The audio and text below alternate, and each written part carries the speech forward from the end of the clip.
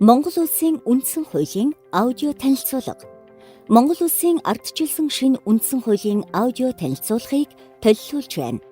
Монгол Улсын үндсэн хууль 1992 оны 1-р сарын 13-ны өдрийн бүгд найрамдах Монгол Ард улсын ардын хурлаар батлагдаж, 1992 оны 2-р сарын 12-ны өдрөөс эхлэн даган мөрдөж ирсэн. Монгол Улсын үндсэн хууль 6 бүлэг 70 зүйлтэй бөгөөд хуульд нийт 5 удаа буюу 1999, 2000, 2019, 2022, 2023 онуудад тус тус нэмэлт өөрчлөлт оруулсан. Монгол Улсын үндсэн хуульд оруулсан хамгийн сүүлийн өөрчлөлтийг Улсын хурлын чуулганы нэгдсэн хуралдаанаар 2023 оны 5-р сарын 31-ний өдөр баталж, 2024 оны 1-р сарын 1-ний өдрөөс эхлэн улс орон даяар даган мөрдөж байна. Монгол Улсын үндсэн хуулийн энэхүү аудио хувилбарыг Монгол Улсын их хурлын тамгын газар, нэгдсэн үндэсний байгууллагын хүн амын сангийн дэмжлэгтэйгээр бэлтгэн та бүхэнд хүргэж байгааг хүлээн авна.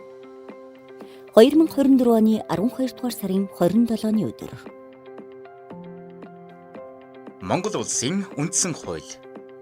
Монголын ард түмэн бид улсынхаа тусгаар тогтнол, бүрэн эрхт байдлыг баттхан бэхжүүлж, хүний эрх чөлөө, шударга ёс, үндэснийхэн эв нэгдлийг эрхэмлэн дээдэлж, төрт ёс, түүх соёлынхаа уламжлалыг нандинан өглөж, хүн төрөлхтний соёл иргэншлийн ололтыг хүндэтгэн үзэж, эх орондоо хүмүүнлэг, иргэний ардчилсан нийгэмд цогцлуулан хөгжүүлэхийг эрхэм зорилго болгоно.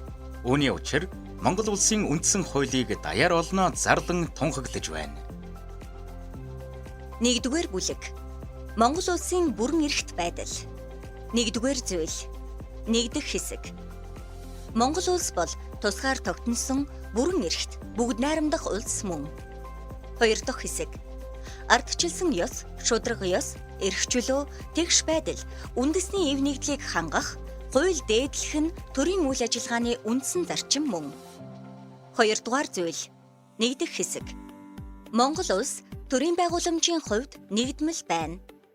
2 дахь хэсэг. Монгол улсын нутаг дэвсгэр зөвхөн засаг захиргааны нэгжид хуваагдана. 3 дугаар зүйл. 1 дахь хэсэг. Монгол улсад засгийн бүх эрх ард түмний мэдэлд байна. Монголын ард түмэн төрийн үйл хэрэгт шууд оролцож, мөн сонгож байгуулсан төрийн эрх барих төлөөлөгчдийн байгууллагаараа уламжлан энэхүү эрхээ эдлэнэ. 2 дахь хэсэг. Төрийн эрх мэдлийг хууль бусаар авахаар завдахыг хориглоно. 4 дугаар зүйл. 1 дахь хэсэг. Монгол улсын нутаг дэвсгэрийн бүрэн бүтэн байдал, улсын хил халдашгүй дархан байна. 2 дахь хэсэг. Монгол улсын хилийг хуулиар баттгах. 3 дахь хэсэг. Хууль гаргахгүйгээр гадаадын цэргийн хүчнийг Монгол улсын нутаг дэвсгэрт байрлуулах, дамжин өнгөрүүлэхээр улсын хил нэвтрүүлэхийг хориглоно. 5 дугаар зүйл. 1 дахь хэсэг. Монгол улс дэлхийн эдийн засгийн хөгжлийн түгээмэл хандлага, өөрийн орны өвөрмөц онцлогт нийцсэн олон хэвшил бүхий эдийн засагтай байна.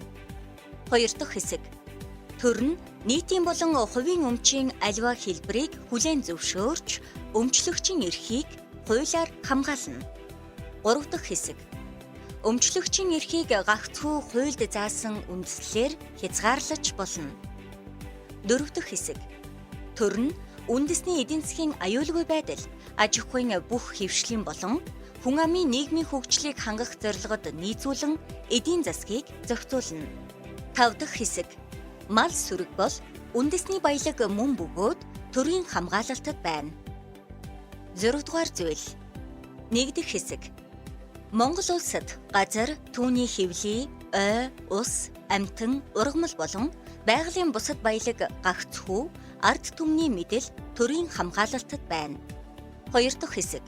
Монгол улсын иргэдэд өмчлүүлснээс бусад газар, түүнчлэн газрын хэвлий, түүний баялаг, ой, усны нөөц, ан амьтан, төрийн нийтийн өмч мөн. Байгалийн баялагийг ашиглах төрийн бодлого нь урт хугацааны хөгжлийн бодлогод тулгуурлаж, одоо ба ирээдүйн үеийн иргэн бүрд эрүүл, аюулгүй орчинд амьдрах эрхийг нь баталгаажуулах, газрын хэвлийн баялагын үр өгөөжийг үндэсний баялагын санд төвлөрүүлж, тэгш шударга хүртээхэд чиглэнэ. Иргэн Эрүүл аюулгүй орчинд амьдрах эрхийнхээ хүрээнд газрын хэвлийн баялагийг ашигласнаар байгаль орчинд үзүүлэх нөлөөллийн талаар мэдэх эрхтэй. Стратегийн ач холбогдол бүхий ашигт малтамлын ордыг ашиглахдаа байгалийн баялаг ард түмний мэдэлд байх зарчимд нийцүүлэн түүний үр өгөөжийн дийлэнх нь ард түмэнд ногдож байх эрхцэн үндсийг хуулиар тогтооно. Энэ хэсгийг 2019 оны 11-р сарын 14-ний өдөр баталсан Монгол Улсын үндсэн хуульд оруулсан нэмэлт өөрчлөлтөөр өөрчлөн найруулсан. 3 дахь хэсэг. Бэлчээр нийтийн эдэлбэрийн ба улсын тусгай хэрэгцээнийхээс бусад газрыг зөвхөн Монгол Улсын иргэнд өмчлүүлж болно. Энэ нь газрын хэвлийг өмчлөхөд хамаарахгүй. Иргэд хувийн өмчийнхөө газрыг худалдах, арилжах, бэлэглэх, барьцаалах зэргээр гадаадын иргэн харьяалалгүй хүний өмчлөлд шилжүүлэх, түүнчлэн төрийн эрх бүхий байгууллагын зөвшөөрлгүйгээр бусдад эзэмшүүлэх, ашиглуулахыг хориглоно. 4 дахь хэсэг. Төр газрын эзэнд газартай холбогдсон үүрэг хүлээлгэх, улсын тусгай хэрэгцээг үндэслэн нөхөх олгууртойгоор газрыг солих буюу эргүүлэн авах, уг газрыг хүн амын эрүүл мэнд, байгаль хамгаалал, үндэсний аюулгүй байдлын ашиг сонирхолд харшаар ашиглавал хураан авч болно. 5 дахь хэсэг. Төрөөс гадаадын иргэн хуулийн этгээд харьяалалгүй хүнд газрыг төлбөр хугацаатайгаар болон хуульд заасан бусад болзол журмаар ашиглуулж болно. 7 дугаар зүйл. 1 дахь хэсэг. Монголын ард түмний түүх соёлын дурсгалт зүйл, шинжлэх ухаан, оюуны өв, төрийн хамгаалалтад байна. 2 дахь хэсэг. Иргэний туйрагсан оюуны үнэт зүйл бол зохиогчийнх нь өмч, Монгол Улсын үндэсний баялаг мөн. 8 дугаар зүйл. 1 дахь хэсэг. Монгол хэл бол төрийн албан ёсны хэл мөн. 2 дахь хэсэг. Энэ зүйлийн 1 дахь хэсгийн заалт нь хүн амын өөр хэл бүхий үндэсний цөөнх их хэлээрээс суралцах, харилцах, соёл урлаг, шинжлэх ухааны үйл ажиллагаа явуулах эрхийг үл хөндөнө. 9 дугаар зүйл. 1 дахь хэсэг. Монгол улсад төр нь шашнаа хүндэтгэж, шашин нь төрөө дээдлэнэ. 2 дахь хэсэг. Төрийн байгууллага шашны сүм хийд улс төрийн үйл ажиллагаа эрхлэн явуулж болохгүй. 3 дахь хэсэг. Төр сүм хийдийн хоорондын харилцааг хуулиар зохицуулна. 10 дугаар зүйл. 1 дахь хэсэг. Монгол улс олон улсын эрх зүйн нийтээр хүлээн зөвшөөрсөн хэм хэмжээ зарчмыг баримталж, энхийг эрхэмлсэн гадаад бодлого явуулна. 2 дахь хэсэг. Монгол улс олон улсын гэрээгээр хүлээсэн үүргээ шударгаар сахин биелүүлнэ. 3 дахь хэсэг. Монгол улсын олон улсын гэрээ нь соёрхон баталсан буюу нэгдэн орсон тухай хууль хүчин төгөлдөр боломгц дотоодын хууль тогтоомжийн нэгэн адил үйлчлэнэ. 4 дахь хэсэг. Монгол улс үндсэн хуульдаа харшилсан олон улсын гэрээ бусад баримт бичгийг дагаж мөрдөхгүй. 11 дугаар зүйл. 1 дахь хэсэг. Эх орныхон тусгаар тогтнолыг бадлан хамгаалж, үндэсний аюулгүй байдал, нийгмийн дэг журмыг хангах нь төрийн үүрэг мөн. 2 дахь хэсэг. Монгол улс өөрийгөө хамгаалах зэвсэгт хүчинтэй байна. Зэвсэгт хүчний бүтэц зохион байгуулалт, түүнд алба хаах журмыг хуулиар тогтооно. 12 дугаар зүйл. 1 дахь хэсэг. Монгол улсын тусгаар тогтнол бүрэн эрхт байдлын бэлэг тэмдэг нь төрийн сүлд, туг, далбаа, тамга, дуулал мөн. 2 дахь хэсэг. Төрийн сүлд, туг, далбаа, дуулал нь Монголын ард түмний түүхэн уламжлал, хүсэл тэмүүлэл, эв нэгдэл, шударга ёс, цог хиймрийг илэрхийлнэ. 3 дахь хэсэг. Төрийн сүлд нь ариун цагаан өнгийн бадам цэцэг суурьтай, төгсгөлгүй үргэлжлэн дэлгэрэх түмэн насан хээгээр хөвөөлсөн, мөнх тэнгэрийг бэлэгдсэн дугараг хөх дэвсгэртэй байна. Сүлдний төв хэсэгт Монгол улсын тусгаар тогтнол, бүрэн эрхт байдал, цог хиймрийг илтгэсэн алтан соёмб, эрдэнийн хүлгийг хослуулан дүрсэлсэн байна. Сүлдний хүрээний магнаан хэсэгт эрт эдүүгээ ирээдүй 3 цагийг бэлэгдсэн хүслийг хангагч чандман эрдэнэ, доод хэсэгт их газрыг төлөөлсөн ногоон өнгийн уулан хээ, ашид дэвжхийн өлзий худаг оршсон хүрдийг тус тус дүрсэлнэ. Хүрдийг хадгаар дээдлэн сүлжсэн байна. 4 дахь хэсэг. Монголын нэгдсэн тулгар төрийн уламжлалт их цагаан туг нь Монгол улсын төрийн хүндэтгэлийн бэлэгдэл мөн. 5 дахь хэсэг. Монгол улсын төрийн далбаа нь улаан хөх, улаан хосолсон өнгөтэй байна. Далбааны 3 хуваасны нэгийн хэмжээтэй дундах хэсэг нь мөнх тэнгэрийн хөх, түүний хоёр тал нь мандан бадрахын бэлэгдэл улаан өнгөтэй байна. Далбааны ишин талын улаан дэвсгэрийн төв хэсэгт алтан соёмб байрлуулна. Далбааны өргөн урд нь 1-2-ын харьцаатай байна. 6 дахь хэсэг төрийн тамга дөрвөлжин хэлбэртэй, голдоо төрийн сүлдтэй, сүлдний хоёр талаар Монгол улс гэсэн бичээстэй арслангийн дүрс бүхий бариултай байна. Төрийн тамгыг Монгол улсын ерөнхийлөгч барина. 7 дахь хэсэг төрийн бэлэг тэмдгийг дээдлэн хэрэглэх журам, төрийн дууллын үг аяыг хуулиар баттгах. 13 дугаар зүйл 1 дэх хэсэг Монгол улсын төрийн дээд байгууллагууд байнга оршдог хотыг улсын нийслэл гэнэ. Монгол улсын нийслэл Улаанбаатар хот мөн. 2 дахь хэсэг Монгол улсын нийслэлийн эрх зүйн үндсийг хуулиар тогтооно. 2 дугаар бүлэг хүний эрх чөлөө. 14 дугаар зүйл 1 дэх хэсэг Монгол улсад хууль ёсоор оршин суугаа хүн бүр хууль шүүхийн өмнө эрх тэгш байна. 2 дахь хэсэг хүнийг үндэс угсаа, хэл, арьсны өнгө, нас, хүйс, нийгмийн гарал, байдал, хөрөнгө чинээ, эрхэлсэн ажил, албан тушаал, шашин шүтлэг, үзэл бодол, боловсрлоор нь ялгуурлан гадуурхаж үл болно. Хүн бүр эрх зүйн этгээд байна. 15 дугаар зүйл 1 дэх хэсэг Монгол улсын иргэний харьяалал хийгээд харьяат болох, харьяатаас гарах үндэслэл журмыг гагцхүү хуулиар тогтооно. 2 дахь хэсэг Монгол улсын иргэнийг харьяатаас хасах, эх орноосоо хөөх, өөр улсад шилжүүлэн өгөхийг хориглоно. 16 дугаар зүйл Монгол улсын иргэн дараах үндсэн эрх чөлөөг баталгаатай эдлэнэ. 1 дэх заал амьд явах эрхтэй. Монгол улсын эрүүгийн хуульд заасан онц хүнд гэмт хэрэг үйлдсэний учир шүүхийн хүчин төгөлдөр тогтоолоор ялын дээд хэмжээ оногдуулснаас бусад тохиолдолд хүний амнаас боснуулахыг хатуу хориглоно. 2 дахь заал эрүүл аюулгүй орчинд амьдрах, орчны бохирдол, байгалийн тэнцэл алдагдахаас хамгаалуулах эрхтэй. 3 дахь заал хөдлөх, үл хөдлөх хөрөнгө шударгаар олж авах, эзэмших, өмчлөх, өв залгамжлуулах эрхтэй. Хувийн өмчийг хууль бусаар хураах, дайчлан авахыг хориглоно. Төр, түүний эрх бүхий байгууллах нь нийгмийн зайлшгүй хэрэгцээг үндэслэн хувийн өмчийн эд хөрөнгийг дайчлан авбал нөхөх олгоор үнийг төлнө. 4 дахь заал ажил мэргэжлээ чөлөөтэй сонгох, хөдөлмөрийн аятай нөхцлөөр хангуулах, цалин хөлс авах, амрах, хувийн аж ахуй эрхлэх эрхтэй. Хэнийгч хууль бусаар албадан хөдөлмөрлүүлж болохгүй. 5 дахь заалд өндөр наслах, хөдөлмөрийн чадвар алдах, хүүхэд төрүүлэх, асрах болон хуульд заасан бусад тохиолдолд эд мөнгөний тусламж авах эрхтэй. 6 дахь заалд эрүүл мэндэ хамгаалуулах, эмнэлгийн тусламж авах эрхтэй. Иргэдэд эмнэлгийн төлбөргүй тусламж үзүүлэх болцол журмыг хуулиар тогтооно. 7 дахь заал сурч боловсрох эрхтэй. Төрөөс бүх нийтийн ерөнхий боловсролыг төлбөргүй олгоно. Иргэд төрөөс тавих шаардлагад нийцсэн хувийн сургууль байгуулан ажиллуулж болно. 8 дахь заалт соёл, урлаг, шинжлэх ухааны үйл ажиллагаа явуулах, бүтээл дүүргэх, үр шимийг нь хүртэх эрхтэй. Зохио огч шинэ бүтээл, нээлтийн эрхийг хуулиар хамгаална. 9 дахь заал шууд буюу төлөөлөгчдийн байгууллагаараа уламжлан төрийг удирдах хэрэгт оролцох эрхтэй.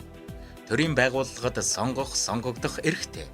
Сонгох эрхийг 18 наснаас эдлэнэ.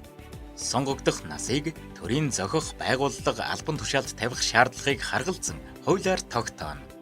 10 дахь заал нийгмийн болон өөрсдийн ашиг сонирхол үзэл бодлын үүднээс нам олон нийтийн бусад байгууллага байгуулах, сайн дураараа эвлэлдэн нэгдэх эрхтэй.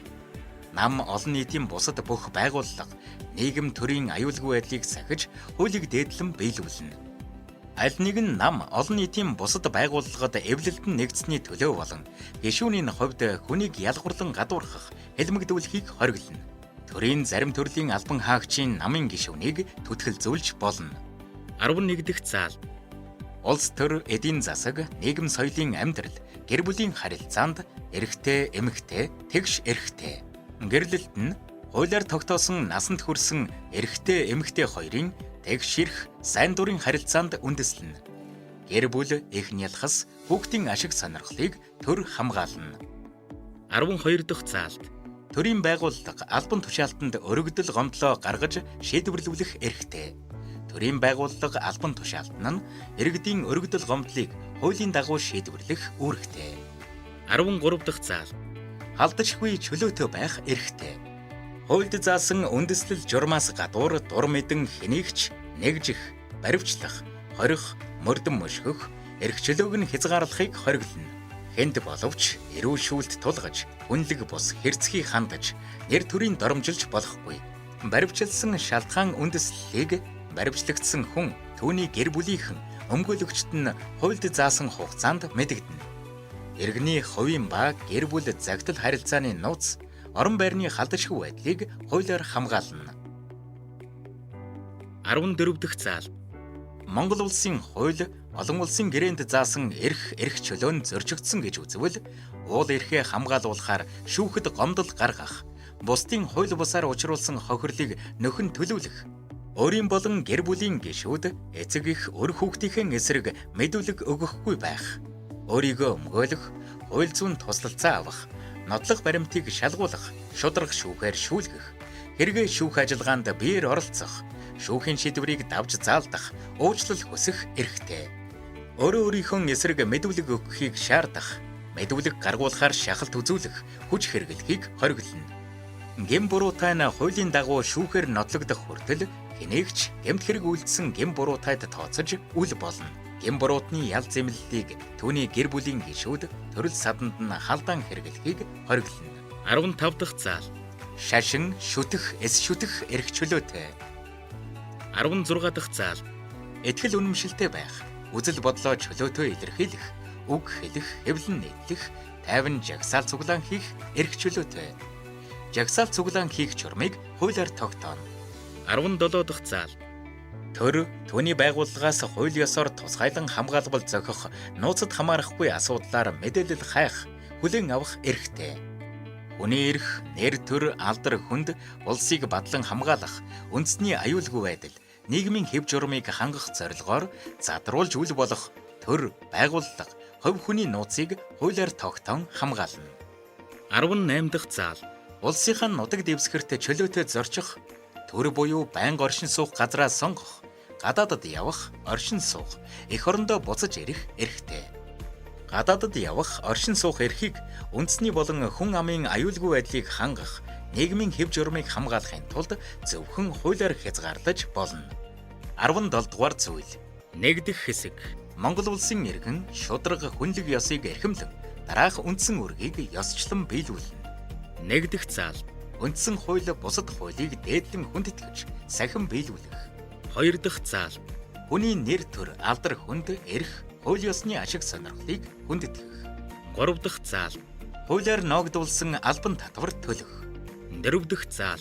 Эх орноо хамгаалах, хуулийн дагуу цэргийн алба хаах. 2 дахь хэсэг. Хөдөлмөрлөх, эрүүл мэндэ хамгаалах, өр хүүхдээ өсгөн хүмүүжүүлэх, байгаль орчноо хамгаалах нь иргэн бүрийн журам түүрэг мөн. 18 дугаар зүйл. Нэгдэх хэсэг. Монгол улсын нутаг дэвсгэрт байгаа гадаадын иргэний эрх үүргийг Монгол улсын хууль уул иргэнийг харьяалсан улстай байгуулсан гэрээгээр тогтооно. 2 дахь хэсэг. Монгол улс олон улсын гэрээгээр гадаадын иргэний эрх үүргийг тодорхойлохдоо уул иргэнийг харьяалсан улстай энэ талаар харилцан адил байх зарчим баримтлана. 3 дахь хэсэг. Монгол улс нутаг дэвсгэртээ байгаа харьяалалгүй хүний эрх үүргийг өөрийн хуулиар тогтооно. 4 дахь хэсэг. Үзэл бодол улс төрийн хийгээд шударга ёсны бусад үйл ажиллагааныхаа улмаас хавчигдан мөчгөгдсөн гадаадын иргэн харьяалалгүй хүн үндэслэл бүхий хүсэлт гаргавал Монгол улсад орогнох эрх олгож болно. 5 дахь хэсэг. Үндсэн хуулийн 16 дугаар зүйлд заасан Монгол улсын иргэний үндсэн эрх чөлөөг тус улсын нутаг дэвсгэрт байгаа гадаадын иргэн харьяалалгүй хүнд эдлүүлэхдээ Монгол улсын нэгдэн орсон олон улсын гэрээнд заасан хүний салшгүй эрхээс бусад эрхийн хувьд үндэсний болон хүн амын аюулгүй байдлыг хангах, нийгмийн хэв журмыг хамгаалахын тулд хуулиар зохих хязгаарлал тогтоож болно. 19 дугаар зүйл. Нэг дэх хэсэг. Төрөөс хүний эрх чөлөөг хангах үйс эдийн засаг, нийгэм, хууль зүйн болон бусад баталгааг бүрдүүлэх. Хүний эрх чөлөөг зөрчигтөө тэмцэх, хөндөгдсөн эрхийг сэргэн эдлүүлэх үүргийг иргэнийхээ өмнө хариуцнаа. Хоёр дахь хэсэг. Онц болон тайны байдал зарласан тохиолдолд үндсэн хууль бусад хуульд заасан хүний эрх чөлөөг гагцхүү хуулиар хязгаарлаж болно.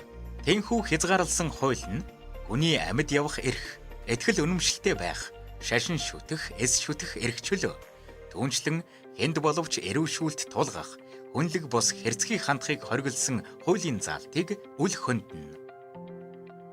Гурав дахь хэсэг. Хүн эрх чөлөөгөө эдлэхдээ үндэсний аюулгүй байдал бусад хүний эрх чөлөөг хохироож нийгмийн хэв журмыг гажуудуулж болохгүй. 19 эштрэх 1-р зүйл. Энэ зүйлийг 2019 оны 11-р сарын 14-ний өдөр баталсан Монгол улсын үндсэн хуульд оруулсан нэмэлт өөрчлөлтөөр нэмсэн. Нэг дэх хэсэг. Нам үндсэн хуулийн 16-р зүйлийн 10-т заасны дагуу байгуулагдаж, улсын хэмжээний бодлого дэвшүүлж ажиллана. Хоёр дахь хэсэг. Намыг Монгол улсын сонгуулийн эрх бүхий иргэдийн 1%-ээс доошгүй тооны иргэн эвлэлд нь нэгдэж байгуулна. Энэ хэсгийг 2028 оны 1-р сарын 1-ний өдрөөс эхлэн дагаж мөрдөнө. Гурав дахь хэсэг. Намын дотоод зохион байгуулалт ардчилсан зарчимд нийцсэн. Хөрөнгө орлогын их үүсвэр зарцуулалт нь нийтэд ил тод байна. Намын зохион байгуулалт үйл ажиллагааны журам, санхүүжилт, төрөөс санхүүгийн дэмжлэг үзүүлэх нөхцөлийг хуулиар тогтооно. 3-р бүлэг. Монгол улсын төрийн байгууллага. 1. Монгол улсын их хурал. 20-р зүйл. Монгол улсын их хурал бол төрийн эрх барих дээд байгууллага мөн бөгөөд хууль тогтоох эрх мэдлийг гагцхүү улсын их хуралд хадгална. 21-р зүйл. Нэг дэх хэсэг. Улсын их хурал нэг танхимтай 126 гишүүнтэй байна.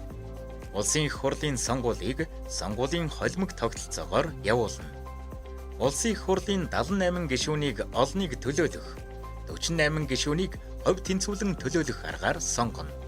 Энэ хэсгийг 2023 оны 5-р сарын 31-ний өдөр баталсан Монгол улсын үндсэн хуульд оруулсан өөрчлөлтөөр өөрчлөн найруулсан бөгөөд 2024 оны 1-р сарын 1-ний өдрөөс эхлэн дагаж мөрдөнө. Хоёр дахь хэсэг. Улсын их хурлын гишүүнийг Монгол улсын сонгуулийн эрх бүхий иргэд нийтээр чөлөөтэй шууд сонгох эрхийн үндсэн дээр саналаа нууцаар гаргаж 4 жилийн хугацаагаар сонгоно.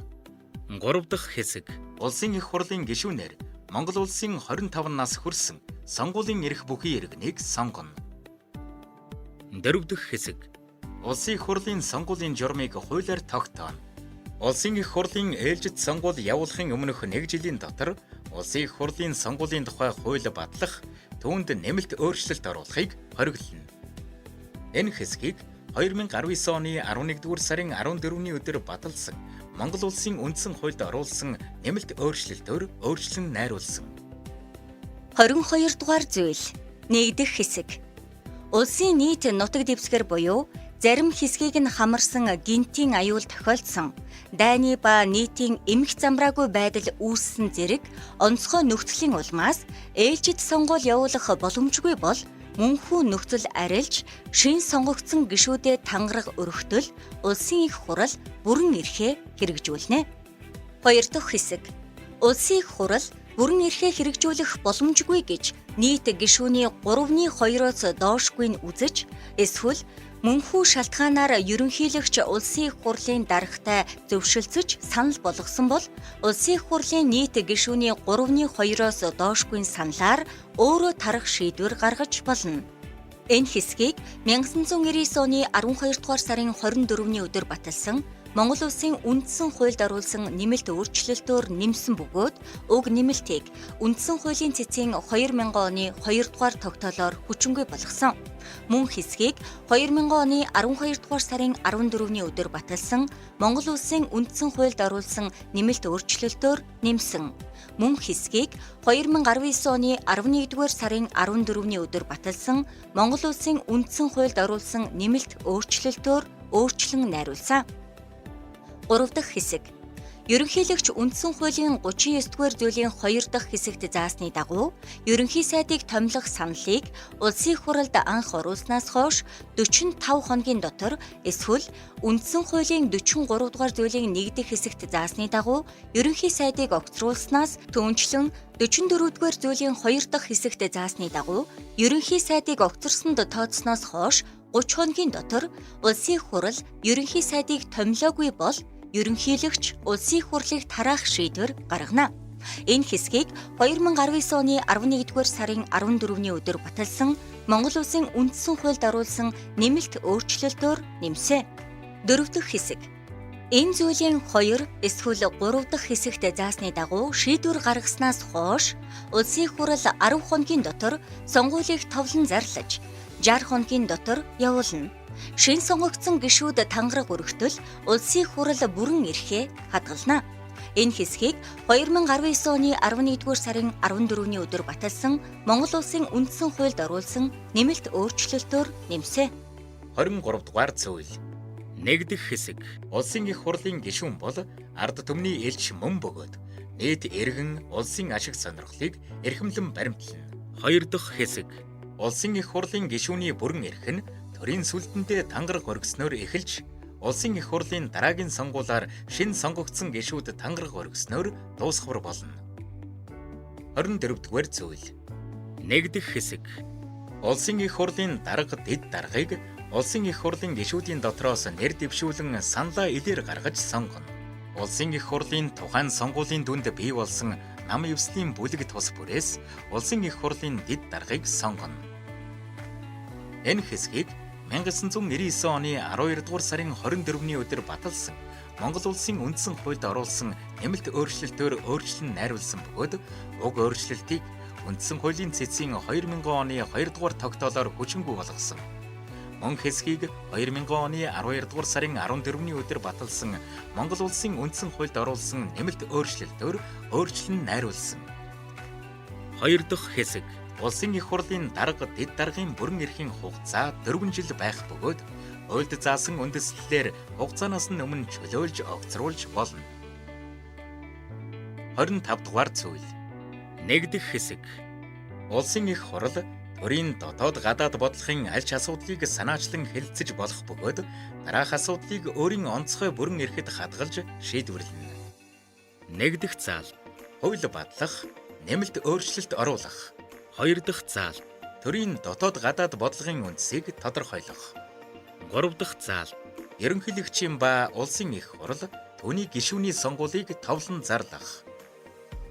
4 дахь заал. Улсын их хурлын байнгын хороо, засгийн газар хуульд зааснаар улсын их хуралд ажлаа шууд хариуцсан тайлгнадаг бусад байгууллагын бүтэц бүрэлдэхүүнийг тогтоох, өөрчлөх. 5 дахь заалт. Ерөнхийлөгчийг сонгогдсон гэж үзэж бүрэн эрхийн хүлээн зөвшөөрсөн хууль гаргах, чөлөөлөх, огцруулах. 6 дахь заалт. Ерөнхий сайд хуульд зааснаар улсын их хуралд ажлаа шууд хариуцсан тайлгнадаг бусад байгууллагын бүрэлдэхүүнийг томилох, өөрчлөх, огцруулах. Энэ заалтад 2019 оны 11-р сарын 14-ний өдөр баталсан Монгол Улсын үндсэн хуульд оруулсан нэмэлт өөрчлөлтөөр өөрчлөлт оруулсан. 7 дахь заал.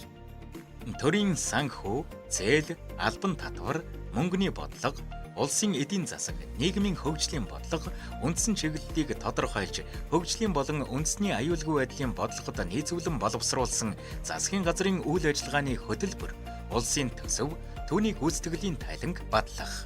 Хөгжлийн бодлого төлөвлөлт тогтвортой байна. Улсын төсвийг хэлэлцэн батлахдаа төсвийн орлого зарлагын бүтцийг өөрчилж болно. Ингэхдээ засгийн газрын өргөн мэдүүлсэн төсвийн зарлагын болон алдагдлын хэмжээг нэмэгдүүлж үл болно. Төрийн санхүү төсвийн хяналтыг хараат бусаар хэрэгжүүлэх байгууллагын бүрэн эрх, зохион байгуулалт, үйл ажиллагааны журмыг хуулиар тогтооно. Энэ заалтыг 2019 оны 11-р сарын 14-ний өдөр баталсан Монгол Улсын үндсэн хуульд оруулсан нэмэлт өөрчлөлтөөр өөрчлөн найруулсан. 8 дахь заал. Хууль улсын их хурлын бусад шийдвэрийн биелэлтийг хянан шалгах. 9 дахь заал. Улсын хил тогтоох. 10 дахь заал. Монгол Улсын үндэсний аюулгүй байдлын зөвлөлийн бүтэц бүрэлдэхүүн бүрэн эрхийг тогтоох. 11 дахь заал. Засгийн газрын өргөн мэдүүлснээр Монгол улсын засаг захиргаа нутаг дэвсгэрийн хуваарийг батлах, өөрчлөх. 12 дахь заалт. Нутгийн өөрөө удирдах болон захиргааны байгууллагын тогтолцоо, зохион байгуулалт, үйл ажиллагааны эрх зүйн үндсийг тогтоох. 13 дахь заалт.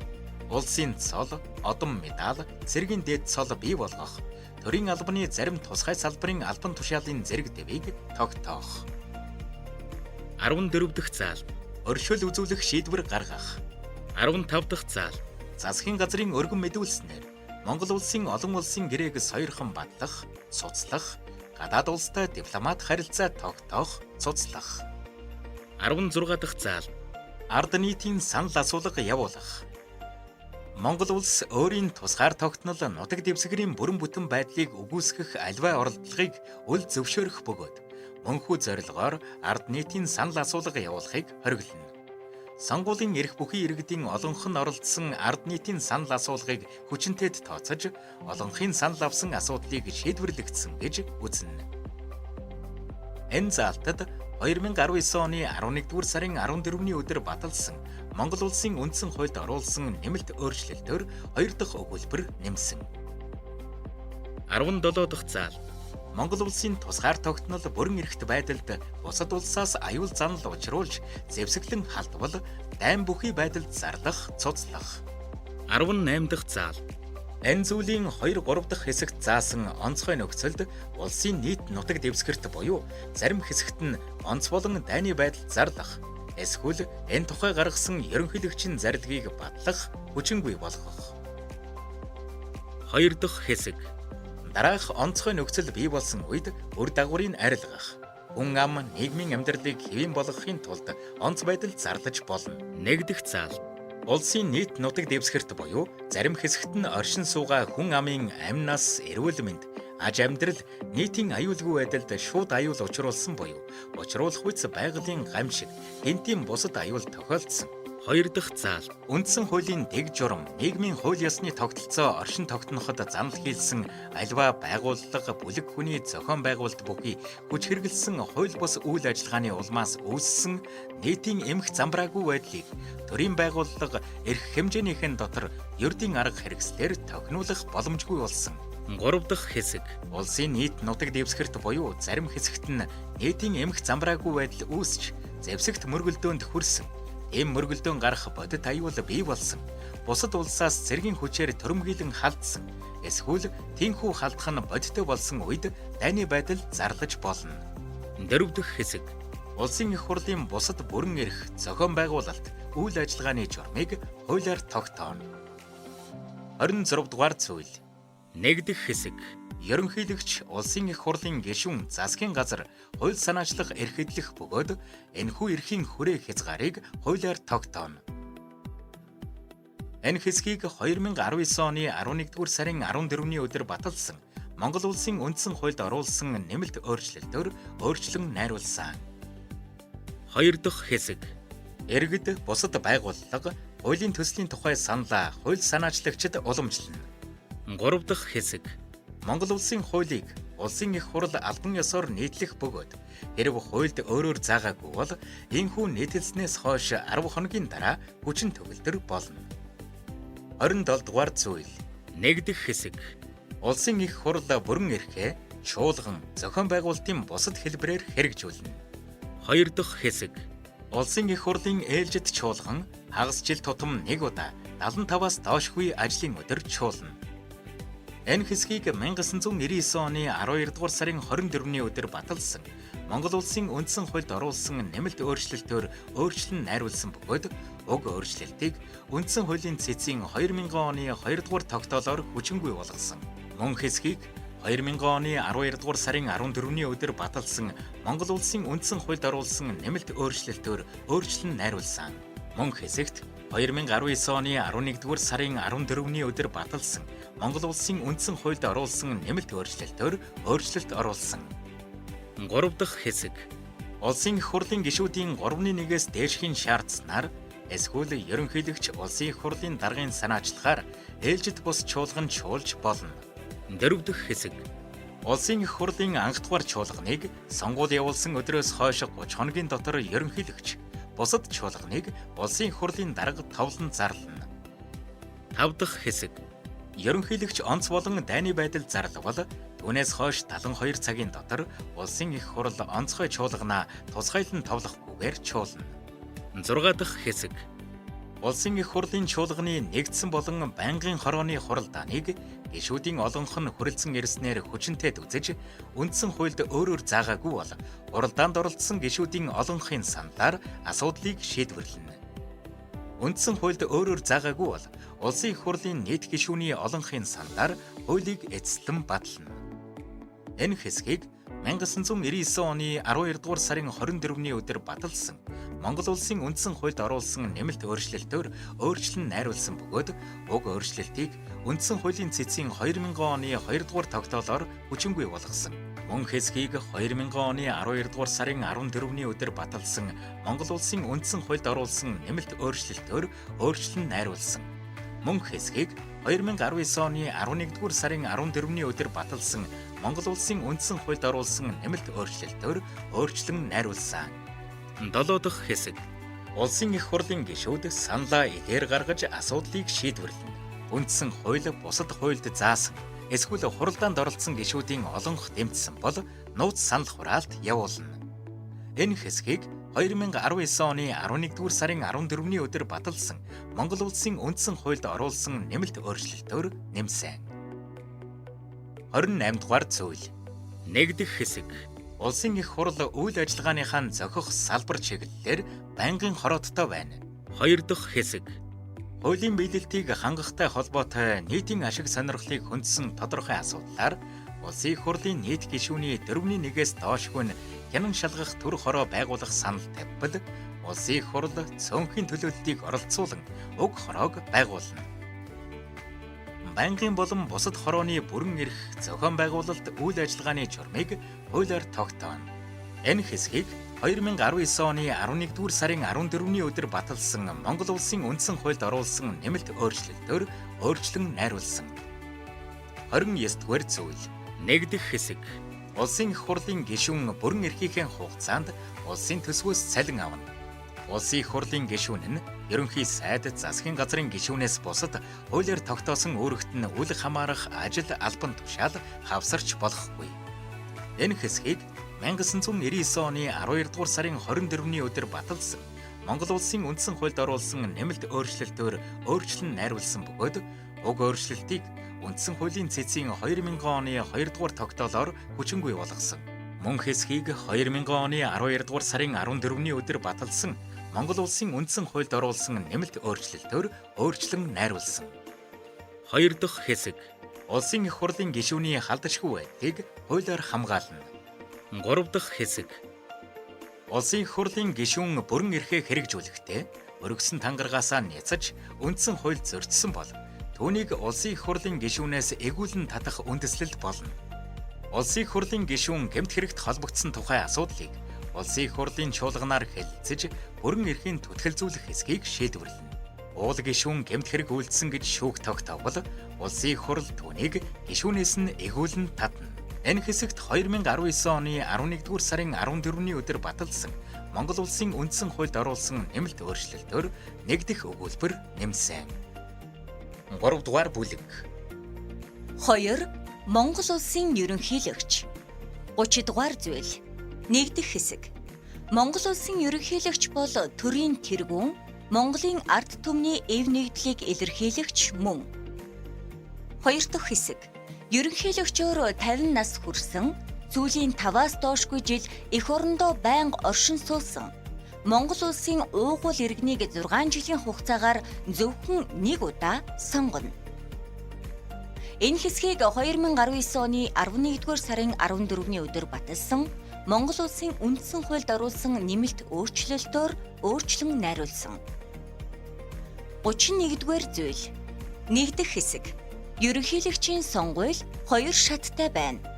2 дахь хэсэг. Улсын их хурлд суудал бүхий нам, дангаараа буюу хамтран ерөнхийлөгчд тус бүр нэг хүний нэр дэвшүүлнэ. 3 дахь хэсэг. Анхан шатны сонгуульд Монгол улсын сонгуулийн эрх бүхий иргэд нийтээрээ чөлөөтэй шууд сонгох эрхтэй оролцож, ерөнхийлөгчид нэр дэвшигчийн талаар саналаа нууцаар гаргана. 4 дахь хэсэг.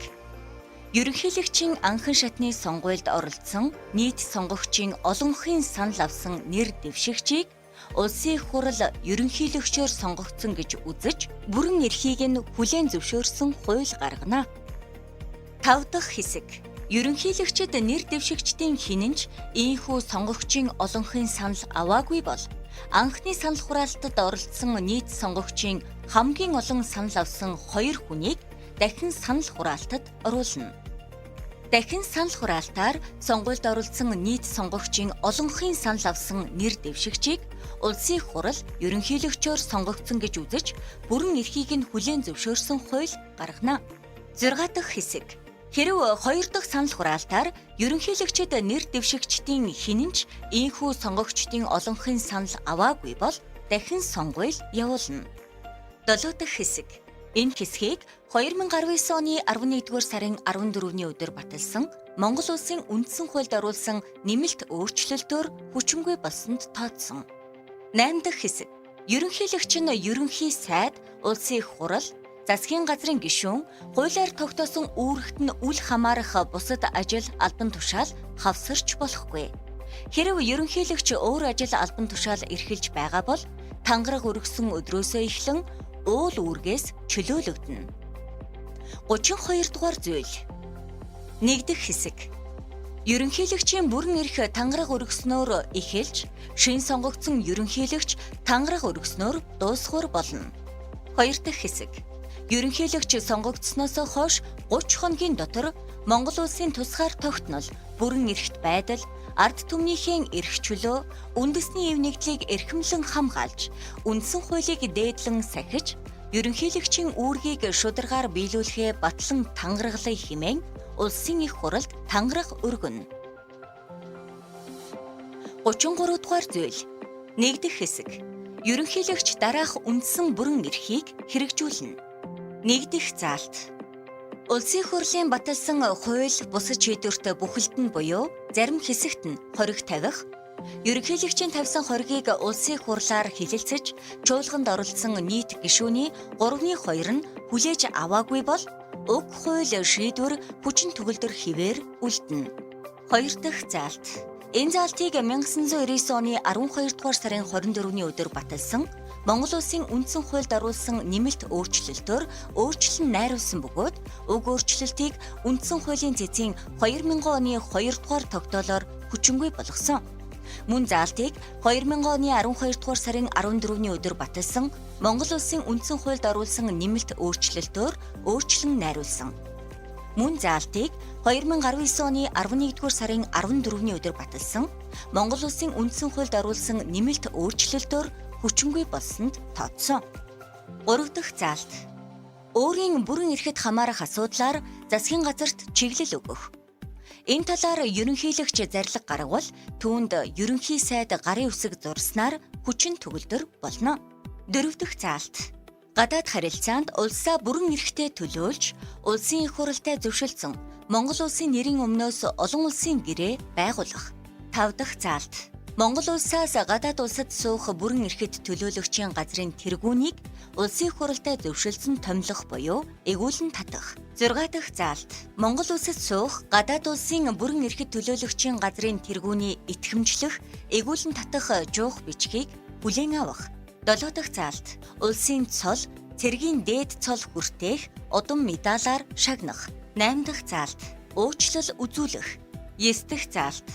Монгол улсын харьяат болох, харьяатаас гарах, тус улсад оргинох эрх олгох асуудлыг шийдвэрлэх.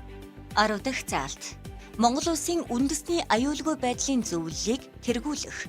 11 дахь заалт. Бүх нийтийн буюу хэсэгчилсэн цэргийн дайчилгаа зарлах. 12 дахь заалт. Үндсэн хуулийн 25 дугаар зүйлийн 2, 3 дахь хэсэгт заасан онцгой нөхцөл бий болбол улсын их хурлын чуулганы чөлөө цагт хойшлуулшгүй тохиолдолд улсын нийт нутаг дэвсгэрт буюу зарим хэсэгт нь онц болон дайны байдал зарлах, түүнчлэн цэрэг хөдөлгөх захирамж өгөх. Онц байдал, дайны байдал зарласан ерөнхийлөгчийн зарилгыг улсын их хурал уул зарлиг гарснаас хойш 7 хоногийн дотор хилэлцэж батлах буюу хүчингүй болгоно. Хэрв улсын их хурал шийдвэр гаргаагүй бол уул зарлиг хүчингүй болно. 2 дахь хэсэг. Ерөнхийлөгч Монгол улсын зэвсэгт хүчний ерөнхий командлагч байна. 3 дахь хэсэг. Ерөнхийлөгч улсын их хуралд болон ард түмэндээ хандан илгээлт гаргаж, чуулганд өөрийн талаар оролцсон улс орны дотоод гадаад байдлын нэн чухал асуудлаар мэдээлж, саналаа оруулж болно. 4 дахь хэсэг. Ерөнхийлөгчид тодорхой бүрэн эрхийг зөвхөн энэ зүйлд заасан хүрээнд хуулиар олгож болно. Энэ хэсгийг 2019 оны 11-р сарын 14-ний өдөр баталсан Монгол Улсын үндсэн хуульд оруулсан нэмэлт өөрчлөлтөөр өөрчлөн найруулсан. 34-р зүйл. 1 дахь хэсэг. Ерөнхийлөгч бүрэн эрхийнхээ хүрээнд хуульд нийцүүлэн зарлиг гаргана. 2 дахь хэсэг. Ерөнхийлөгчийн зарлиг хуульд нийцээгүй бол ерөнхийлөгч өөрөө буюу улсын их хурал хүчингүй болгоно. 35 дугаар зүйл. 1 дахь хэсэг. Ерөнхийлөгч улсын их хуралд ажиллаа хариуцна. 2 дахь хэсэг. Ерөнхийлөгч тангаргаасаа нийцэж үндсэн хууль ерөнхийлөгчийн бүрэн эрхийг зөрчвөл үндсэн хуулийн цэцгийн дүгнэлтийг үндэслэн улсын их хурлаар хилэлцэж чуулганд оролцсон нийт гишүүний дийлэнх олонхын саналаар огцруулна. 36 дугаар зүйл. 1 дахь хэсэг. Ерөнхийлөгчийн бие, өргөө, унаа халдашгүй дархан байна. 2 дахь хэсэг. Ерөнхийлөгчийн нэр төр халдашгүй байдлыг хуулиар хамгаална. 37 дугаар зүйл. 1 дахь хэсэг. Ерөнхийлөгчийг төр эзгүйд бүрэн эрхийг нь улсын их хурлын дарга хэрэгжүүлнэ. 2 дахь хэсэг. Ерөнхийлөгч огцорсон, нас нөхчсөн, хүсэл дээрээ чөлөөлөгдсөн бол ерөнхийлөгч шинээр сонгогдож тангараг өргөх хүртэл бүрэн эрхийг нь улсын их хурлын дарга хэрэгжүүлнэ. Энэ тохиолдолд улсын их хурал ерөнхийлөгчийн сонгуулийг 4 сарын дотор зарлан явуулна. 3 дахь хэсэг. Улсын их хурлын дарга ерөнхийлөгчийн үүрэг гүйцэтгэх журмыг хуулиар тогтооно. 3. Монгол улсын засгийн газар. 38 дугаар зүйл. 1 дахь хэсэг. Монгол улсын засгийн газар бол төрийн гүйцэтгэх дээд байгууллага мөн. 2 дахь хэсэг. Засгийн газар төрийн хуулийг биелүүлж, аж ахуйн, нийгэм, соёлын байгуулалтыг удирдах нийтлэг чиг үүргийн дагуу дараах үндсэн бүрэн эрхийг хэрэгжүүлнэ. 1 дахь заалт. Үндсэн хууль, бусад хуулийн биелэлтийг улс даяар зохион байгуулж хангах. 2 дахь заалт. Шинжлэх ухаан, технологийн нэгдсэн бодлого, улсын эдийн засаг, нийгмийн хөгжлийн үндсэн чиглэл, улсын төсөв, зээл, санхүүгийн төлөвлөгөөг боловсруулж, улсын хуралд өргөж, гарсан шийдвэрийг биелүүлэх. 3 дахь заалт. Салбарын ба салбар хоорондын түнчлэн бүс нутгийн хөгжлийн асуудлаар арга хэмжээ боловсруулж хэрэгжүүлэх. 4 дахь заалт. Хүрээлэн байгаа орчныг хамгаалах, байгалийн баялагийг зүй зохистой ашиглах, нөхөн сэргээх арга хэмжээ авах.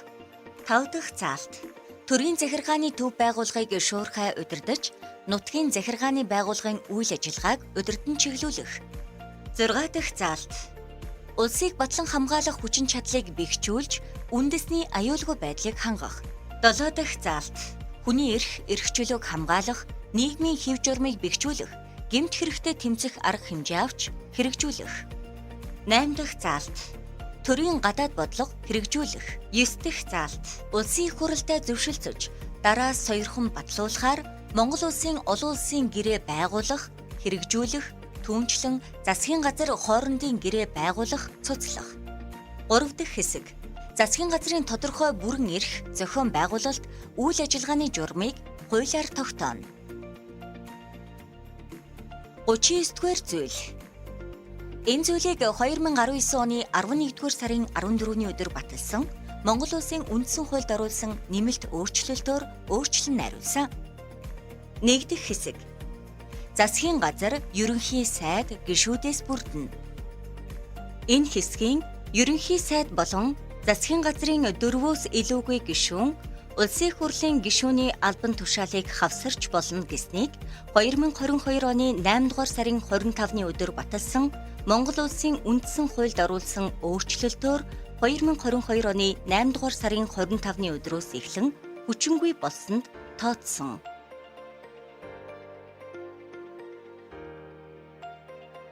Хоёр дахь хэсэг.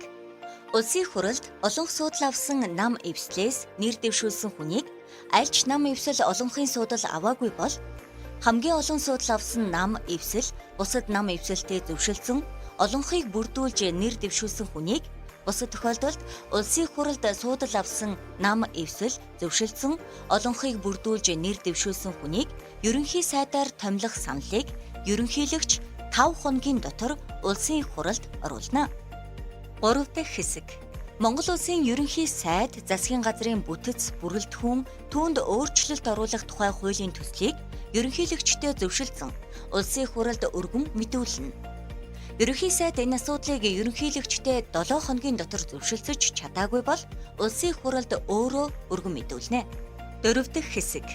Засгийн газрын гишүүнийг улсын их хурл ерөнхийлөгчд танилцуулснаар ерөнхий сайд томилж, чөлөөлж, огцруулна.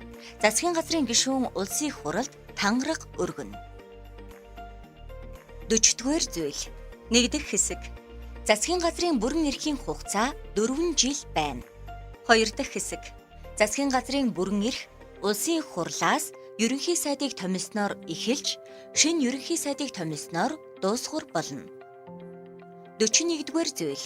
1 дахь хэсэг. Ерөнхий сайд засгийн газрыг удирдах төрийн хууль биелүүлэх ажлыг улсын их хурлын өмнө хариуцна. 2 дахь хэсэг. Засгийн газар үйл ажиллагаагаа улсын их хурлд тайлагнана. 42 дугаар зүйл. Ерөнхий сайд засгийн газрын гишүүний халдашгүй байдлыг хуулиар хамгаална. 43 дугаар зүйл. Энэ зүйлийг 2019 оны 11-р сарын 14-ний өдөр баталсан Монгол улсын үндсэн хуульд оруулсан нэмэлт өөрчлөлтөөр өөрчлөн найруулсан. 1 дахь хэсэг. Улсын их хурлын гишүүдийн 4/1-ээс доошгүй нь ерөнхий сайдыг огцруулах саналыг албан ёсоор тавьбал улсын их хурл 3 хоногийн дараа хилэлцэж эхлэн 10 хоногийн дотор шийдвэрлэнэ. Улсын их хурлын нийт гишүүний олонх уг саналыг дэмжсэн бол ерөнхий сайдыг огцруулах тухай улсын их хурлын тогтоол баталсанд тооцож шинэ ерөнхий сайдыг 30 хоногийн дотор томилно. 2 дахь хэсэг. Ерөнхий сайд огцрвол засгийн газар бүрэлдэхүүнээрээ огцроно. 44-р зүйл. Энэ зүйлийг 2019 оны 11-р сарын 14-ний өдөр баталсан Монгол улсын үндсэн хуульд оруулсан нэмэлт өөрчлөлтөөр өөрчлөн найруулсан. 1 дахь хэсэг. Ерөнхий сайд улсын төсвийн болон бодлогын тодорхой асуудлаар өөрт нь итгэл хүлээлгэх тогтоолын төслийг оруулбал улсын их хурл 3 хоногийн дараа хилэлцэж эхлэн 10 хоногийн дотор улсын их хурлын нийт гишүүний олонхын саналаар шийдвэрлэнэ. 2 дахь хэсэг. Улсын их хурл тогтоолыг баталсан бол ерөнхий сайдад итгэл үзүүлж тухайн асуудлыг дэмжсэнд тооцно. Тогтоолыг батлаагүй бол ерөнхий сайдыг огцорсон тооцож шинэ ерөнхий сайдыг 30 хоногийн дотор томилно. 45 дугаар зүйл. 1 дахь хэсэг. Засгийн газар хууль тогтоомжид нийцүүлэн бүрэн эрхийнхээ дотор тогтоол захирамж гаргах бөгөөд түүнд ерөнхий сайд тухайн шийдвэрийн биелэлтийг хариуцсан сайд гарын үсэг зурна. 2 дахь хэсэг. Засгийн газрын тогтоол захирамж нь хууль тогтоомжинд нийцээгүй бол засгийн газар өөрөө буюу улсын их хурл хүчингүй болгоно. 46 дугаар зүйл. 1 дахь хэсэг. Монгол улсын яам төрийн бусад албан газрыг хуулийн дагуу байгуулна. 2 дахь хэсэг. Монгол улсын төрийн жинхэнэ албан хаагч Монгол улсын иргэн байх бөгөөд үндсэн хууль, бусад хуулийг чандлан баримталж, ард түмнийхээ тусын тулд иргэний ёсоор төрийн ашиг сонирхолд захирагдан ажиллана. 3 дахь хэсэг. Төрийн албан хаагчийн ажиллах нөхцөл баталгааг хуулиар тогтооно. 4. Шүүх эрх мэдэл. 47 дугаар зүйл. 1 дахь хэсэг. Монгол улсад шүүх эрх мэдлийг гагцхүү шүүх хэрэгжүүлнэ. 2 дахь хэсэг. Ямар ч нөхцөлд хуулиас гадуур шүүх байгуулах, шүүх эрх мэдлийг өөр байгууллага эрхлэн хэрэгжүүлэхийг хориглоно. 3 дахь хэсэг. Шүүхийг зөвхөн үндсэн хууль бусад хуулийн дагуу байгуулна. 48 дугаар зүйл. 1 дахь хэсэг. Шүүхийн үндсэн тогтолцоо улсын дээд шүүх, аймаг, нийслэлийн шүүх, сум буюу сум дундын, дүүргийн шүүхээс бүрдэх бөгөөд шүүхийг тойргийн зарчмаар байгуулж болно. Шүүхийг эрүү, иргэн, захиргааны зэрэг шүүн таслах ажлын төрлөөр дагнан байгуулж болно. Дагнсан шүүхийн үйл ажиллагаа, шийдвэр нь улсын дээд шүүхийн хяналтаас гадуур байж үл болно. Энэ хэсгийг 2019 оны 11-р сарын 14-ний өдөр баталсан Монгол Улсын үндсэн хуульд оруулсан нэмэлт өөрчлөлтөөр өөрчлөн найруулсан. 2 дахь хэсэг. Шүүхийн зохион байгуулалт, үйл ажиллагааны эрх зүйн үндсийг хуулиар тогтооно. 3 дахь хэсэг. Шүүх улсын төсвөөс санхүүжинэ. Шүүх үйл ажиллагаагаа явуулах эдийн засгийн баталгааг төр хангана. 49-р зүйл. 1 дахь хэсэг. Шүүгч хараат бус байж гагцхүү хуульд захирагдана. 2 дахь хэсэг. Ерөнхийлөгч, ерөнхий сайд, улсын их хурлын ба засгийн газрын гишүүн, төр, нам, олон нийтийн бусад байгууллагын албан тушаалтан, иргэн хэн боловч шүүгчээс шүүн таслах үүргээ хэрэгжүүлэхэд хөндлөнгөөс оролцож болохгүй. 3 дахь хэсэг. Шүүгчийн хараат бус шүүхийн бие даасан байдлыг хангах зорилгоор шүүхийн ерөнхий зөвлөл ажиллана. 4 дахь хэсэг. Шүүхийн ерөнхий зөвлөл шүүгчийн шүүн таслах ажиллагаанд оролцохгүйгээр гагцхүү хуульчдаас шүүгчийг шилж олох, эрх ашгийг нь хамгаалах зэрэг шүүхийг бие даан ажиллах нөхцлөөр хангахтай холбогдсон үүргийг биелүүлнэ. 5 дахь хэсэг.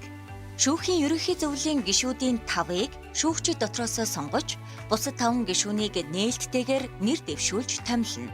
Тэдгээр нь 4 жилийн хугацаагаар зөвхөн 1 удаа ажиллах бөгөөд зөвлөлийн даргаыг гишүүд дотроос сонгоно. Шүүгчийн хараат бус байдлыг хангахтай холбоотой зөвлөлийн үйл ажиллагааны тайланг улсын дээд шүүхэд танилцуулна. Зөвлөлийн зохион байгуулалт, үйл ажиллагааны журам бүрэлдэхүүнд тавих шаардлага, томилох журмыг хуулиар тогтооно. Энэ хэсгийг 2019 оны 11-р сарын 14-ний өдөр баталсан Монгол Улсын үндсэн хуульд оруулсан нэмэлт өөрчлөлтөөр өөрчлөн найруулсан. 6 дахь хэсэг. Хуульд заасан үндэслэл журмын дагуу шүүгчийг албан тушаалаас нь түтгэлзүүлэх, огцруулах болон сахилгын бусад шийтгэл ноогдуулах чиг үүрэг бүхий шүүхийн сахилгын хороо ажиллах бөгөөд түүний бүрэн эрх зохион байгуулалт, үйл ажиллагааны журам бүрэлдэхүүнд тавих шаардлага, томилох журмыг хуулиар тогтооно. Энэ хэсгийг 2019 оны 11-р сарын 14-ний өдөр баталсан Монгол Улсын үндсэн хуульд оруулсан нэмэлт өөрчлөлтөөр нэмсэн. 50 дугаар зүйл. 1 дахь хэсэг. Монгол Улсын дээд шүүх бол шүүхийн дээд байгууллага мөн бөгөөд дараах бүрэн эрхийг хэрэгжүүлнэ. 1 дахь заалт. Хуулиар харьяалуулсан эрүүгийн хэрэг, эрх зүйн маргааныг анхан шатны журмаар хянан шийдвэрлэх. 2 дахь заалт. Давж заалдах болон хяналтын журмаар доод шатны шүүхийн шийдвэрийг хянан үзэх. 3 дахь заалт. Хууль түүнд заасан хүний эрх, эрх чөлөөг хамгаалах талаар үндсэн хуулийн цэц, улсын ерөнхий прокуророос шилжүүлсэн асуудлыг хянан шийдвэрлэх. 4 дахь заалт. Үндсэн хуулиас бусад хуулийг зөв хэрэглэх талаар албан ёсны тайлбар гаргах. 5 дахь заалт. Хуулиар эрх олгосон бусад асуудлыг шийдвэрлэх. 2 дахь хэсэг. Улсын дээд шүүхийн шийдвэр, шүүхийн эцсийн шийдвэр байх бөгөөд түүнийг бүх шүүх, бусад этгээд заавал биелүүлнэ. Хэрв улсын дээд шүүхийн шийдвэр хуульд харшилбал түүнийг улсын дээд шүүх өөрөө хүчингүй болгоно. Улсын дээд шүүхийн тайлбар хуульд харшилбал хуулийг дагаж биелүүлнэ. 3 дахь хэсэг. Улсын дээд шүүх, бусад шүүх нь үндсэн хуульд нийцээгүй, албан ёсоор нийтлээгүй хуулийг хэрэглэх эрхгүй. 51-р зүйл. 1 дахь хэсэг. Улсын дээд шүүх, ерөнхий шүүгч, шүүгчдээс бүрдэнэ. 2 дахь хэсэг. Шүүхийн ерөнхий зөвлөлөөс улсын дээд шүүхийн шүүгчдийг улсын их хурлд танилцуулснаар бусад шүүхийн шүүгчдийг шүүхийн ерөнхий зөвлөлийн санал болгосноор тус ерөнхийлөгч томилно. Ерөнхий шүүгчийг улсын дээд шүүхийн санал болгосноор гишүүдийнх нь дотроос 6 жилийн хугацаагаар ерөнхийлөгч томилно. 3 дахь хэсэг. Хууль зүйн дээд боловсролтой мэрэгчлэрээ 10-аас доошгүй жил ажилласан Монгол улсын 35 нас хүрсэн иргэнийг улсын дээд шүүхийн шүүгчээр, хууль зүйн дээд боловсролтой 3-аас доошгүй жил мэрэгчлэрээ ажилласан Монгол улсын 25 нас хүрсэн иргэнийг бусад шүүхийн шүүгчээр томилж болно. 4 дахь хэсэг. Үндсэн хууль, шүүхийн тухай хуульд заасан үндэслэл, шүүхийн хүчин төгөлдөр шийдвэрийн дагуу огцруулах эсвэл хүсэлтээр нь чөлөөлөхөөс бусад тохиолдолд аль чадны шүүхийн шүүгчийг огцруулахыг хориглоно. 52 дугаар зүйл. 1 дахь хэсэг. Бүх шатны шүүх хэрэг маргааныг хамтын зарчмаар хянан хэлэлцэж шийдвэрлэнэ. 2 дахь хэсэг.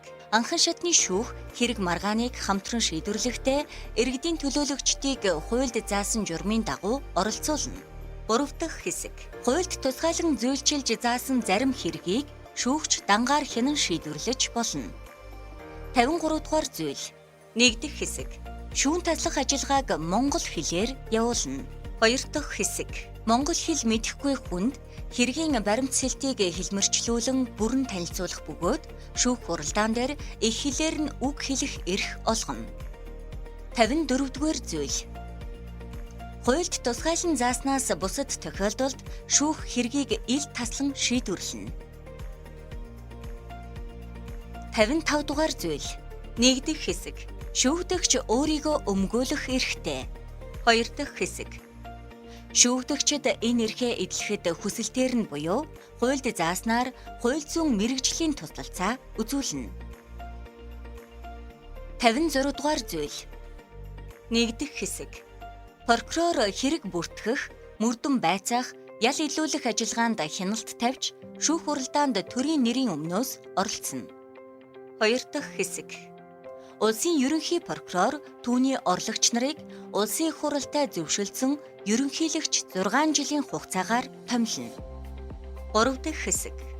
Монгол улсын прокурорын байгууллагын тогтолцоо, зохион байгуулалт, үйл ажиллагааны эрх зүйн үндсийг хуулиар тогтооно. 4-р бүлэг. Монгол улсын засаг захиргаа нутаг дэвсгэрийг нэгж түүний удирдлага. 57-р зүйл. 1 дахь хэсэг. Монгол улсын нутаг дэвсгэр засаг захиргааны хувьд аймаг нийслэлд, аймаг нь суманд, сум нь багт, нийслэл нь дүүрэгт, дүүрэг нь хороонд хуваагдана. 2 дахь хэсэг. Засаг захиргаа нутаг дэвсгэрийг нэгждэх улсын болон орон нутгийн зэрэглэлтэй хотын, түүнчлэн тосгоны өөрийн удирдлага, зохион байгуулалтын эрх зүйн үндсийг хуулиар тогтооно.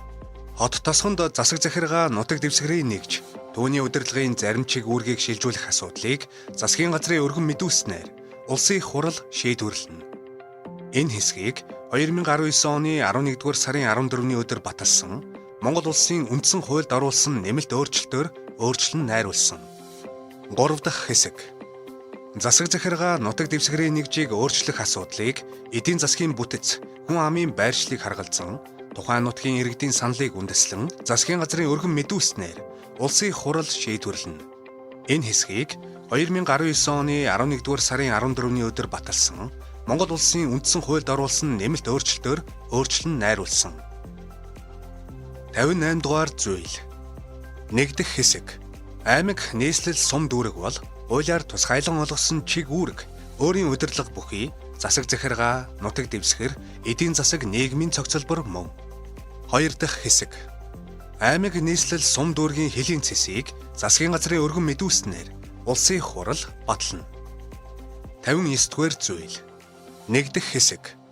Монгол улсын засаг захиргаа нутаг дэвсгэрийн нэгжийн удирдлага нь нутгийн өөрөө удирдах ёсыг төрийн удирдлагатай хослуулах үндсэн дээр хэрэгжинэ. 2 дахь хэсэг. Нутгийн өөрөө удирдах байгууллага нь аймаг, нийслэл, сум дүүрэгт тухайн нутаг дэвсгэрийн иргэдийн төлөөлөгчдийн хурал, баг хороонд иргэдийн нийтийн хурал байна. Аймаг, нийслэл, сум дүүргийн иргэдийн төлөөлөгчдийн хурал хуулиар тогтоосон хязгаарын хүрээнд өмчийн удирдлагыг хэрэгжүүлэх, татварын хөв хэмжээг тогтоох эрхтэй. Нутгийн өөрөө удирдах байгууллагын чиг үүрэг, төсвийн харилцааны үндсийг тухайн нутаг дэвсгэрийн эдийн засаг, нийгмийн амьдралын тодорхой онцлогт нийцүүлэн хуулиар тогтоож болно. Энэ хэсгийг 2019 оны 11-р сарын 14-ний өдөр баталсан Монгол улсын үндсэн хуульд оруулсан нэмэлт өөрчлөлтөөр өөрчлөн найруулсан. 3 дахь хэсэг. Аймаг нийслэлийн төлөөлөгчдийн хурлыг 4 жилийн хугацаагаар сонгоно. Эдгээр хурлын болон сум дүүргийн хурлын төлөөлөгчдийн тоо сонгох журмыг хуулиар тогтооно. 60 дугаар зүйл. 1 дахь хэсэг. Аймаг нийслэл сум дүүрэг баг хорооны нутаг дэвсгэрт төрийн удирдлагыг тухайн аймаг нийслэл сум дүүрэг баг хорооны засаг дарга хэрэгжүүлнэ. 2 дахь хэсэг. Засаг даргыг тухайн аймаг нийслэл сум дүүрэг баг хорооны хурлаас нэр дэвшүүлж, аймаг нийслэлийн засаг даргыг ерөнхий сайд, сум дүүргийн засаг даргыг харьяалах аймаг нийслэлийн засаг дарга, баг хорооны засаг даргыг харьяалах сум дүүргийн засаг дарга тус 4 жилийн хугацаагаар томилно. 3 дахь хэсэг. Ерөнхий сайд буюу дээд шатны нэгжийн засаг дарга, доод шатныхаа нэгжийн засаг даргад нэр дэвшигчийг томилохоос татгалзвал энэ зүйлийн 2 дахь хэсэг заасан журмаар дахин нэр дэвшүүлж томилтол өмнөх засаг дарга бүрэн эрхээ хэвээр хадгална. 61-р зүйл. 1 дахь хэсэг. Засаг дарга тухайн хурлын шийдвэрийг хэрэгжүүлэхийн хамт засаг төрийн төлөөлөгчийн хувьд харьяа нутаг дэвсгэртэй хууль тогтоомж, засгийн газар харьяалах дээд шатныхаа байгууллагын шийдвэрийн гүйцэтгэлийг хангах ажлыг засгийн газар дээд шатны засаг даргын өмнө хариуцна. 2 дахь хэсэг. Засаг дарга тухайн аймаг нийслэл сум дүүрэг баг хорооны хурлын шийдвэрт хориг тавих эрхтэй. 3 дахь хэсэг. Тавьсан хоригийг нь хурал өөрийн төлөөлөгчдийн олон хэл саналаар няцаасан нөхцөлд засаг дарга уул шийдвэрийг биелүүлэх боломжгүй гэж үзвэл огцрох хүсэлтэд зохих хурал ерөнхий сайд буюу харьяалах дээд шатны засаг даргад гаргаж болно. 4 дахь хэсэг. Аймаг нийслэл сум дүүргийн засаг даргын ажлын алба нь тамгын газар мөн. Тамгын газрын бүтэц орон тооны хязгаарыг засгийн газар нэг бүрчлэн буюу нэг маягаар тогтооно. 62 дугаар зүйл. 1 дахь хэсэг.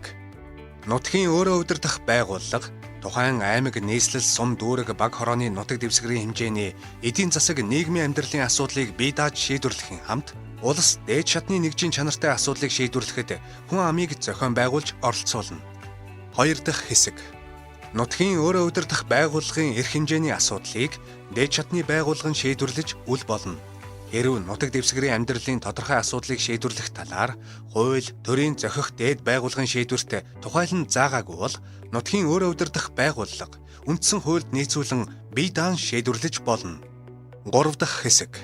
Улсын их хурал засгийн газараас шаардлагатай хэмээн үзсэн тохиолдолд өөрийн бүрэн эрхэт хамаарах зарим асуудлыг шийдвэрлүүлэхээр аймаг нийслэлийн хурал засаг даргад шилжүүлж болно.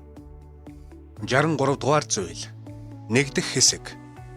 Аймаг нийслэл сум дүүрэг баг хорооны хурал эрх хэмжээнийхэн дотор тогтоол, засаг дарга захирамж гаргана.